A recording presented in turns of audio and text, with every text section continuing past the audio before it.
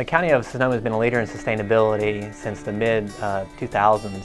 In 2006, the Board of Supervisors actually adopted an aggressive greenhouse gas reduction goal both for county operations and for the community as a whole. And so what we did is we looked at our fleet, our commute, and our buildings as potential pathways to cut our emissions and save money as well. We had three major objectives. One was to reduce the greenhouse gases, another was to make it financially neutral, and the third was to replace old and worn out infrastructure. And through that process, we determined that really the buildings was one of the best ways to dramatically cut our greenhouse gas emissions and be able to save substantial dollars to help cut cost as well. So we did an evaluation of our facilities, coming up with a climate protection action plan. The Board of Supervisors then asked us to develop that further by doing a full inventory grade audit of all of the county facilities.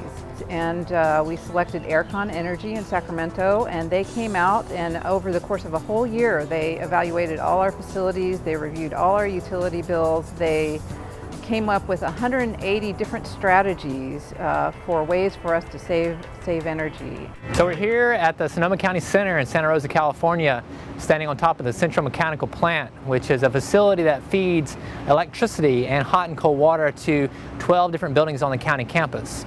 And through our comprehensive energy project, we did a massive energy efficiency retrofit on this facility and all the buildings here at the county center. With that, we were able to cut our utility bills by $1.6 million per year. Here we're looking at our photovoltaic system on top of our Central Mechanical Plant.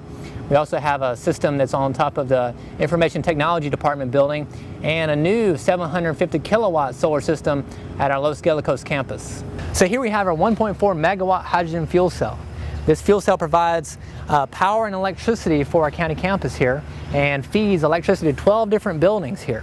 And it produces a lot of waste heat. So what we do is we capture that waste heat in order to offset some of our heating needs as well. We had a $5 million utility bill, and we wanted to reduce that. And of that, $1.5 million was spent here at the county center on electricity.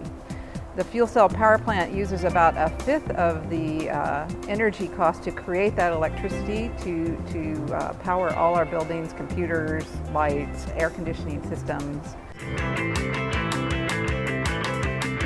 We need these types of initiatives not only to meet our goals to reducing the amount of energy that we use, to meet our goals to reducing the amount of money it takes to provide this energy, but also to meet our goals when it comes to our greenhouse gas emissions. It meets most of our needs, so it really cuts that $1.5 million electricity cost down to a couple $100,000, and then we're paying back the equipment and maintaining the equipment. So we still have additional costs of payback and maintenance. So we haven't made the bill go completely away, but we're paying it off very quickly. We're really lucky too to be able to have significant programs in several different areas. We have a program called the Sonoma County Energy Watch that helps municipalities save energy. Also works with nonprofits and small businesses in the community to help them cut their costs through free audits and enhanced rebates and incentives for doing energy projects. This is the ballast checker. It's just basically checking if it's a magnetic or electronic ballast. Magnetics are inefficient and the electronics are efficient. So that's red right there, so that's magnetic ballast, so it's inefficient. Sonoma County Energy Watch clients are very excited about this program because we're able to offer them free energy surveys, help guide them through the process of doing the energy efficiency upgrades, provide substantial rebates, and verify the projects at the end of the process.